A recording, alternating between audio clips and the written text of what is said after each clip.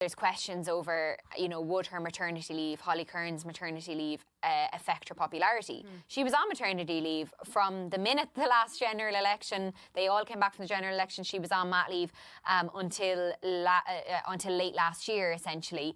And that didn't hurt her because her popularity at the moment is on a high. She's on 39% approval rating, the most popular political or Dáil party leader in the country. So it doesn't seem to have affected her there.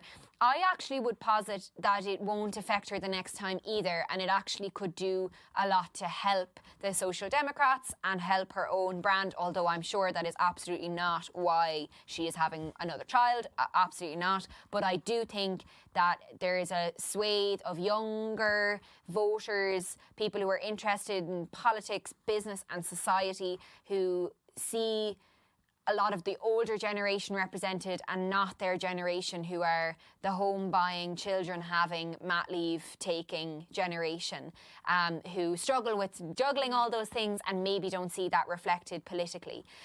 And she represents that for some people.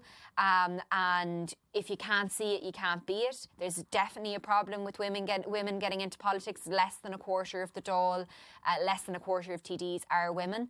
And that is an issue.